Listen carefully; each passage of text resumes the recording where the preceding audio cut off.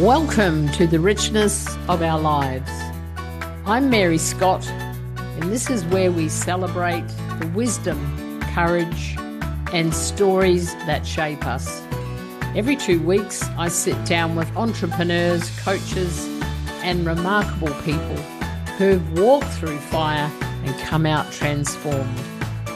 This isn't just about success, it's about the richness of the human experience. So grab a cup of tea, settle in, and let's dive deep. Hello and welcome to the Richness of Our Lives podcast. I'm your host, Mary Scott, and a big welcome to you wherever you're listening or watching this podcast. You're in for a treat. Today, my guest is on the other side of the world again to me in Australia, which is rather cool. I do like that. This woman is multi-talented. My goodness. I've got a few things written down here because they're very important. She is a speaker. She is a published author. She's a chartered financial analyst. She's been in Toastmasters. She looks too young to have been in Toastmasters for a long time, and a worthy Toast mistress, I'm going to call her, and also host of Stories Beyond Borders, which in itself says a lot. So please welcome from Montreal, Canada, Urmi Hossain. Urmi, hello to you. Welcome. Thank you. Thank you for having me. You are so welcome. And I wanted to specifically read them out because you bring such diversity, so much left brain and so much right brain, so much heart. Tell me this, how did a woman start life in Italy to Bengali parents from Bangladesh, now living in Montreal, Canada? Talk us through that. That's a fascinating way to start life, according to me, of course. Yes, for sure. So I was born and raised in Italy, and both of my parents are from Bangladesh, and I am what we call a third culture kid, someone who is basically born and grew up in a country completely different from her parents, basically. So I lived a big chunk of my life in Italy, and I lived in different parts of Italy. Like I went from the south to the north. We went to the UK for a year, came back to Italy, and Wow. then I moved to Canada, where I've been living for the past 15 years. And I must say that a lot of this moving around has shaped my identity as well as helped me to see the world from a different perspective and different eyes. And I feel like all of this has been quite an adventure, but at the same time also very enriching because I always felt like me moving around was sort of a disadvantage for me because I feel like I was never in one place for a long time, like unlike my other friends who maybe they have a place that they call home, they can always go back to it. Whereas for me, my home is now a feeling, to be honest, because I don't have any more a place, like an actual physical structure that is my home because my parents don't live there, they moved to UK again. And so I always say I'm everywhere, but nowhere at the same time. Yes, wow. That I was feeling myself, buzzing around the world with you. So your home, describe that because I like what you said about that. It's more in your heart and it's tell us about that. Yes, for me, my home is I want to say, unfortunately, a feeling because I wish I had a physical structure that I could call home. And if you ask me what this feeling is associated to, it's basically associated to my memories that I have from my teenage life. And if you ask me what country is, where does my home belong to, like in which country is my home, I will always tell you it's Italy because This is where I have most of my beautiful memories, vivid memories, and this is where I feel I am most at home. Like I feel like I am myself. Like every time I go back to Italy, let's say to see my friends, I know that I'm going back home. It's that feeling of being reconnected to your roots, and that's what Italy gives me. So for me, it's a feeling, it's a feeling which is attached to my memories from my young days. That's lovely. And is that what your first book's based on? Just the intercultural challenges, and you're certainly well equipped to write a book. Tell us how did that all come about? Yeah, so my book is called Discovering Your Identity, a Rebirth from Interracial Struggle. So basically, I talk about my struggle in being a third culture kid from a perspective of a South Asian woman. And I make a comparison between the Italian culture and the Bengali culture. But I do talk about it from a perspective of a child and a teenager because everything was so new to me. And I was one of the first Bengali girls to be born in Italy. So there was a lot that I had to learn and there Really? was a lot that I had to navigate, especially in a land that wasn't like it is mine, but it's not. I'm not Italian by blood, but it's something that became mine. But for me, the fact that at home I was going back to to a Bengali typical Bengali household, but then outside of my Bengali household, everything was Italian. So for me, there was always a clash because I felt like I was not enough and I did not fit in either one of the two cultures. That was a struggle that I went through for a while, and I do talk about it in the book. So I think you make a good point because your parents, that was their birthright, that was their culture. So at home, was the culture more Bengali culture? And Hmm. then you had to go out into the world to this mass of Italian culture and Yeah. have your parents. I mean, that's quite a lot of moves around Italy. Now they're in the UK. How do they sit now with how they act? And, like, has anything changed? Not really. Not really. Not much has changed. I think with my parents it was as much as they loved their life in Italy and as much they loved the community there, like of the Italian community, and as much as they were so lovingly welcome in the Italian community, I think deep down they always wanted to keep their roots and they wanted me and my sister to have that. And this is the thing that I always question when it comes to like moving to one place to another because I think it's important to keep your roots, but I think it's also important to integrate yourself to the country that you're going to. It doesn't mean that you're betraying your identity, you are like giving up on where you're coming from, but it's about like embracing also what's there. And so for my parents, I feel like sometimes like I would hear things such as, yeah, make sure that you don't become too much Italian, like that's not who we are. But in my mind, I'm thinking, so why did you move here? Like why was I born in Italy if that was the case? So yeah, in that sense, not much has changed. They yeah, they are very proud of their origins and I get it. I totally get it. But I think at home we did a good job at having a balance of both because I always say in at home we used to speak two languages. It is Italian and Bengali, and I brought the Italian side at home. I still do. I love eating Italian food. So every time we did not have Italian food, I would complain. So that was something that we did like integrate that in our daily routine. So and even my parents were like, yeah, you have to speak, Italian with your sister and this and that. But that came naturally to me and my sister, so it wasn't an issue. So I think for certain things they were open. For other things, I think they were just too worried that I was becoming way too Italian. Isn't that fascinating when you think about it? Because the contrast, I haven't been to Bangladesh, I will say, but the contrast is huge between the cultures from where I sit. And yet, it's kind of like you pick up your home, but let's keep everything here and then move it there and stay the same. And yet, I think what you're saying And I experience this with travel. That's Hmm. what excites me about travel, about just the integration that goes on when you go to somewhere completely different, different continent.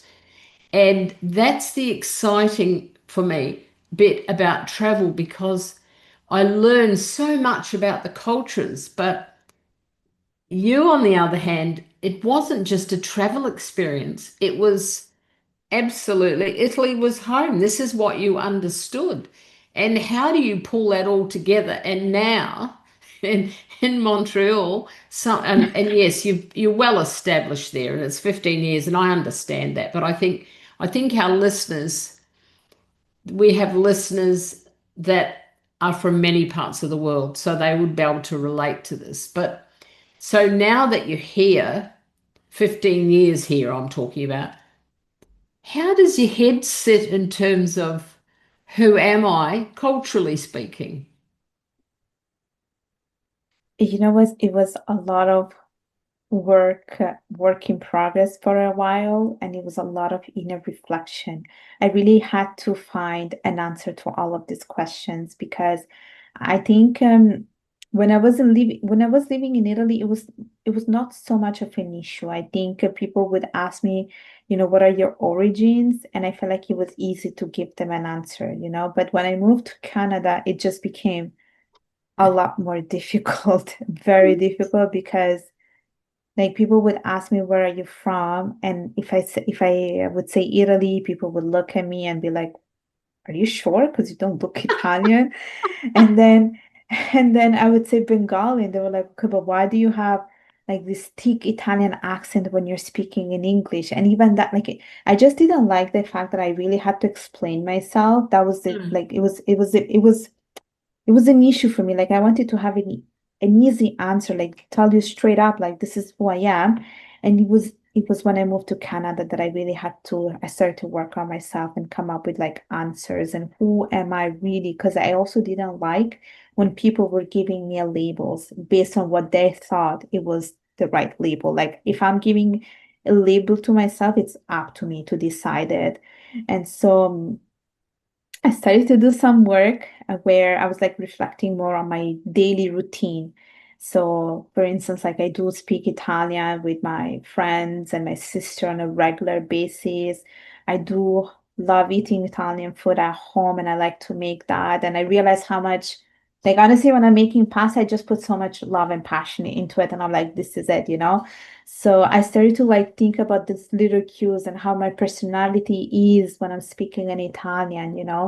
And but at the same time, I'm also thinking about the Bengali side too. Like I love wearing Bengali outfits. I do, love the Bengali culture and so forth.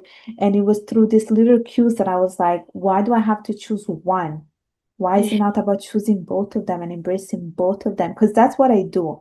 That's what I do. I do like to represent both of them because I feel like if I'm only choosing one, I'm betraying the other part of me. Like I'm not telling 50% of my story. And I think both identities, both cultures have a presence in my life on an equal level. So that's why I'd say I'm Italian Bengali rather than saying either one, because it's not true if I say only one. No, that's right, because you're talking about bringing all of you to the table, aren't you?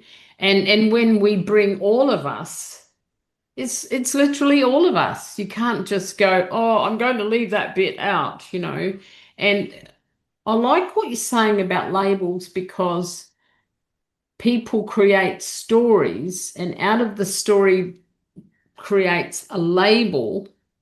And one of the things that I dislike immensely about that is then we're in this box, aren't we?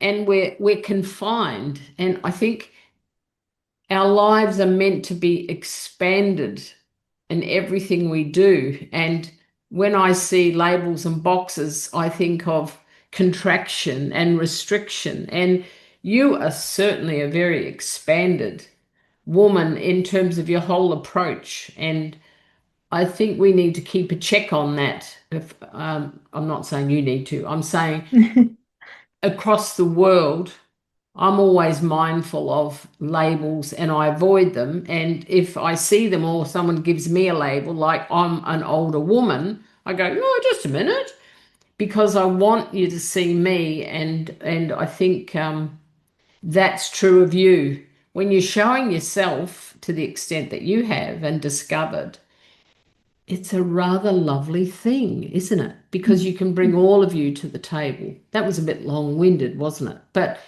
I think you wrote something that I read, and this is what you said. I jumped on everything I was afraid of. I love that. Tell us about that. What does that actually translate into in your life? It simply means saying yes to different opportunities, even if I'm scared of the results. And it's something that I had to work on because I think we're so, like, as human beings, we're always so used to like being in our comfort zone, and we're always scared, right? Like we always have this fear of the unknown, of the uncertainty. But I also read a lot of books about fear, and they always talk about fear as seeing it more like your ally and not your enemy. And fear is there to guide you and be your friend. So I started to shift the way I think about fear. And I also saw this as like every time there is a new opportunity, I should see this more as an excitement and as an adventure rather than seeing this with worrying eyes. You know, we always tend to be really preoccupied about the outcomes, but I told myself I'm not losing anything by trying. And honestly, if I'm saying yes, I'm just giving myself a favor that I tried it. Maybe it did not work out, but I tried it. And I like having that I like having that chance, you know. So for me, as soon as I started to jump on different opportunities, no matter what they were, and I said yes to them, I saw a lot of growth and potential that came, and I saw other opportunities coming from it. And Yes. so that's why I keep doing that. Yes, that's lovely. I love that. I'm ruminating now about, see, possibilities are endless when you approach it from that whole notion of every time there's fear, I think fear and excitement are a bit like that. They kind of run alongside each other. And I say these days, it took me a while. Oh, here's another adventure. And when I changed the narrative, everything changed in terms of the experience. Was there like a pivotal moment that helped you to step into this approach that you described? I don't know if there was an actual pivotal moment. I always say it's an accumulation of different episodes. I think that I took time to face my fears and I took time to really understand the whole concept of fear. And I actually read a book about it, about how we should see fear as our friend and as our guide and as our light. It was in that moment that I was like, why am I being scared of trying different things, you know? So it was really an accumulation of different things that really led me to be where I am and to really step out of my comfort zone. And also like talking about excitement and fear, I think they should be used interchangeably Yes. because maybe there is something that you want to do. You can have two feelings. One, either you're excited or you're fearful about it. But if you see everything as an excitement, then you should not be scared about it. And so I think the two things should be seen as the synonymous of one and another rather than just see them and yeah, exactly. And so I'm always open to different things. And also it's a message that I try to give to other people too. Like, let's go for it. Let's do it, like because I can see it a lot with the people that I work and people that I spend most of my time with. When I'm coming with this like absurd idea, they're like, no, we're not sure. I'm like, why not? Let's just do it, like it's just let's just be open to that idea. So I don't know. I think that for me it was really an accumulation of different things that really led me to this path. Yes, that's lovely. And I bet I just saw this kind of vision, if you like, of your friends. Oh no, here we go. She's, she's she's got another adventure in mind, you know. I am like that. They are like that actually. But you know, I like what you're saying. I think fear and excitement are interchangeable. And I too have explored fear, you know, fear right at the end of my nose, that sort of fear. But it's also a protection, isn't it? It's a little red flag that says, "Oh, warning, warning, watch this, watch this." But then it gets out of control because it gets inappropriate. You know, there's all those acronyms, you know, fear, what is it? Something about drop everything and run, and all sorts of things about fear that I smile about. But I actually think it serves us well, but we have to have the notion of this is a flag. Now, what are we going to do with it? S- So there is a quotation that I like to live by that says, "The cave you fear to enter holds the treasure you seek." Ah, yes, I haven't heard that for a long time. That's beautiful. Yes, love it.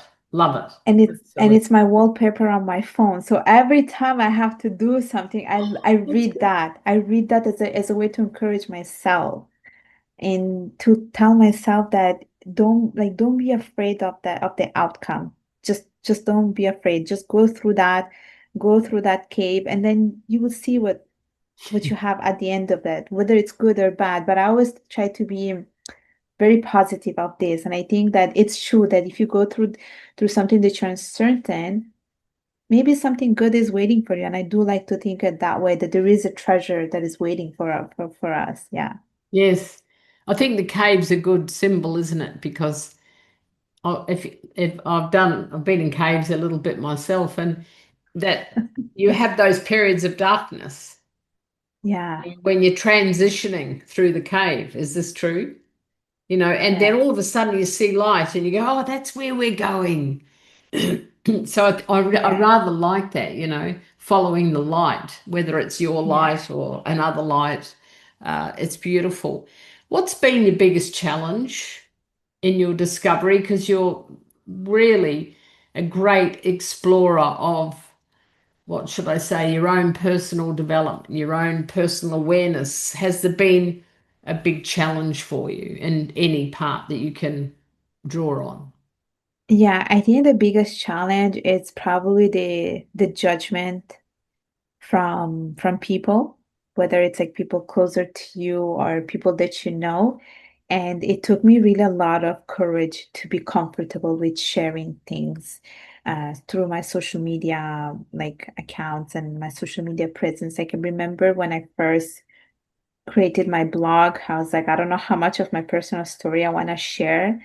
I wasn't sure how if I wanted to put a picture of myself out there because I was so worried about the judgment from other people. And I think that was always a big reason why I didn't want to do a lot of the things.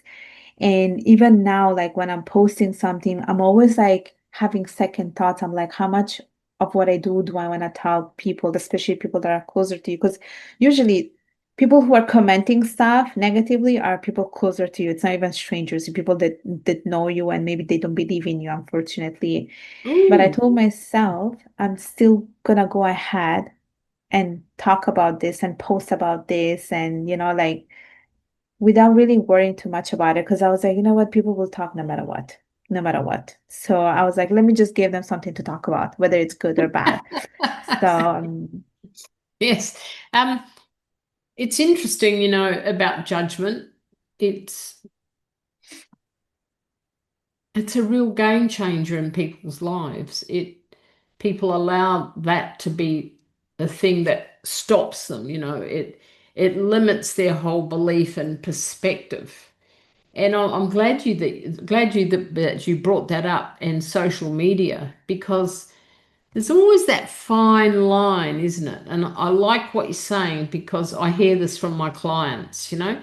I don't want to put a photo of me up there. Like, what? You know, and especially if you're using social media for like your work and promotion, and you've got to show some sort of credibility. But where does the line, like? the line's a bit fluid. What's your experience of that? It is a bit fluid, but I always say, here's the thing. No, you have to be careful about what you put there, right? Because once it's out there, it's out there. But I do think that whatever you're putting out there, you really have to be comfortable with it, first of all, because you don't want to do it for other people. You have to do it for yourself and see what you're comfortable with. And I think that no matter what you put, you always want to make sure that you are being honest with yourself, but also consistent with the things that you put. Like, let's say you have a client who wants to start a business and she wants to work on something in particular, like when it comes to personal branding, for instance, you want to make sure that whatever you're putting is connected to your brand. Like you should not be talking about X, Y, and Z, and the next day you talk about A, B, C, and they're not related to each other because then you're giving a wrong message to the people.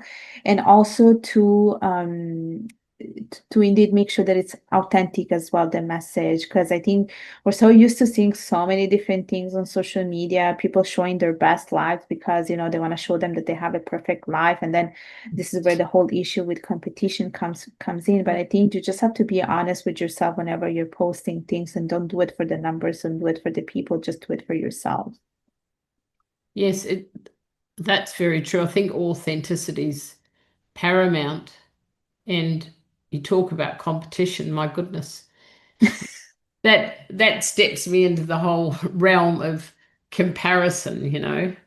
What are Yeah. they doing? What are they doing? And um, it can be quite seducing and it takes us quite often off our path. Yeah. And I think it's challenging. And I'm still in the mode of social media because it's become, especially with younger people, it's become quite worrying. Things like judgment, comparison, all of that, have actually taken young people from us because of that. It escalated to, ridiculous Yeah. levels. And Yeah, for sure.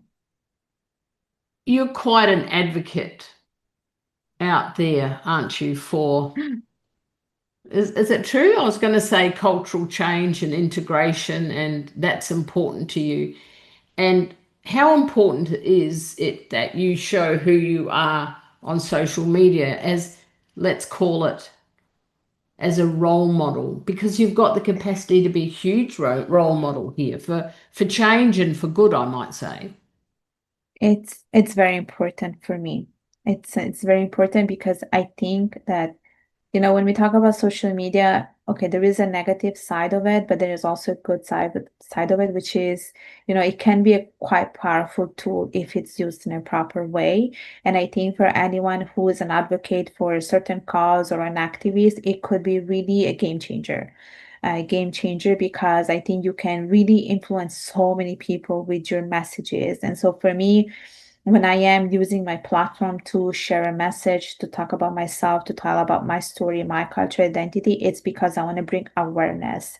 And I do feel like with the social media really works. And I realized that by putting myself out there, I was able to find a community of people that were similar to me. Like, because before I put myself out there, I didn't know that there were so many people struggling with cultural identity and finding a place. And now I realize that there are communities, Instagram pages, there are people running like community organizations for bringing people together. And I was like, that's so great because now I feel like some people, maybe they were feeling lonely and alone. Maybe they thought it was not normal what they were going through. But now they have a place where they can share their struggles and talk about this with other people who can provide guidance and tips. And so for me, I think social media, this is how it's supposed to be used to bring awareness and to bring change. And I feel like everyone has a place where they can use it at their own advantage to really like help other people. So that's for me, it's very important, and that's how I use it. I think that beautifully said. That's so lovely what you're saying. And I think one of the things about being a role model, and I changed, advocate for role model, but there are another couple of things that can come together quite nicely. I think one of the powers that I'm imagining you must have is to give permission for others to speak about their challenges as well, so that they can really step into their own person. What's your take on that? Yeah, I think you said it nicely, like the permission to be or to do whatever they want. And I think it's important because I think there are some ways that we can that I can give that chance to someone, which is through my podcast or maybe through my mentoring, where I give the chance to someone to speak and to tell me a little bit the struggles. And I think it's important that we really give ourselves the permission to be who we want to be, because I have listened to many podcasts and we always talk about how we are performing a role in the society. And sometimes we are, I want to say, we're like betraying ourselves and sacrificing a little bit about ourselves to make other people happy, or even to follow the conventional. And sometimes we don't give ourselves the permission to be who we want to be. We just do it for the sake of the society and to make other people happy. And so I think for me, like whenever I'm doing mentoring or I'm doing like all these podcast shows or inviting people, I'm really giving the chance for the people to speak the truth and maybe help them towards their path and what they are meant to be doing in life, because I think it's important. And so I do think that we're performing a role in the society, unfortunately, whether it is, being a good daughter or being a good employee. Like we do it, but we're not being honest to ourselves sometimes. Yes, gosh, I like your differentiation there. We're performing, and Hmm. the other side, and the older I get, the less I care about the performance, if you like. And the more that we can be ourselves and step into this, this deeper awareness, this deeper knowing, because it's an inner thing that shines out, and I'm aware in my life that's become easier as I've got, well, easier, that's not the right word, but you know what I mean. And Yes. I would certainly like to see a time when there's less performing and more authenticity and more diversification about how people feel they can bring themselves, Hmm. just to give a bit of freedom to it all, because we often talk about freedom as something out there, but freedom is an intrinsic thing. Yes, the problem is we don't give ourselves enough time to do that intrinsic work, because I think we are living in an autopilot life, Yes. that it's just so automatic for us to just follow the convention and then do the same thing over and over again. But I think that if you take time to reflect on you, to work on yourself, then you can achieve that freedom. The freedom of being whoever you want, pursuing your dreams, pursuing your passions, which I think unfortunately it's I do think a lot more people are doing than conventional and working on themselves, but I also think that the majority of the world is based on like being on an autopilot until they get sick and tired of this. Um, so it's an issue. think I think some people don't realize this, that they have to do some work on themselves. That's right. Uh, Yeah. Unfortunately, we lost you just a little bit there, but I understand what you're saying. And I think you make an excellent point about the roboticness and just doing things without. So it's a kind of a unconscious Mm, versus conscious actions. And, I think that's why that's awareness is right. powerful, isn't it? Because if we can be conscious, fully present, then that means that we're reflecting, we're thinking, we're being intentional. And because roboticness Hmm. and all of that is mindless, right? Yeah. Did you get Yeah. all that? You broke up a little bit. Yeah, I got everything. And yeah, lovely. you're coming perfectly on my side, by the way. Oh, that's good. Yeah, you're just breaking up a little bit. We can still hear you though. Lovely. Keep going. Okay. Uh, did, Uh, did you ask me a question? No. no, I was just saying that I think that the roboticness is the unconscious. We're just unconsciously living our lives without any thought. And what I was saying was, for me, the idea is to be very intentional and be very conscious, which gives us more present in the moment. Yeah, so I can add further to that because I have one of my closest friends who talked to me about the concept of living your truth. And it's something that she told me about a couple of years ago when I had to make a work decision about which which offer to choose. And she gave me this advice where she said, choose the job that will bring you to your closest true self. Beautiful. Yeah, so it was a great advice, I have to tell you the truth. And I'm glad I followed that because I am happy where I am. But even now, every time I'm making a decision, I'm always thinking about how would my older self feel about it? Is this gonna make me happy on a longer term? Is it gonna make me feel fulfilled on a longer term? So I always think about like I want to live my life in the most honest manner and I want to live my truth, which I think is very, very important for me to live that. And I don't want to fulfill other people's dream. I have to fulfill my own dreams. So yeah, I'm a big proponent of like living your truth. Yeah. That's beautiful. Yes, certainly.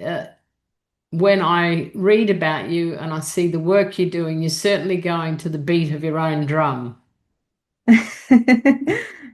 And I think that's important, I think, and you're talking about living your truth and being truly who you are. And I think the more that people that we have like you, the better society will be because, like I say, I don't know why I'm keep going on about this role modeling, but there's something in this that I'm hearing today that I think we underestimate the influence that we have to help others to live a fuller life.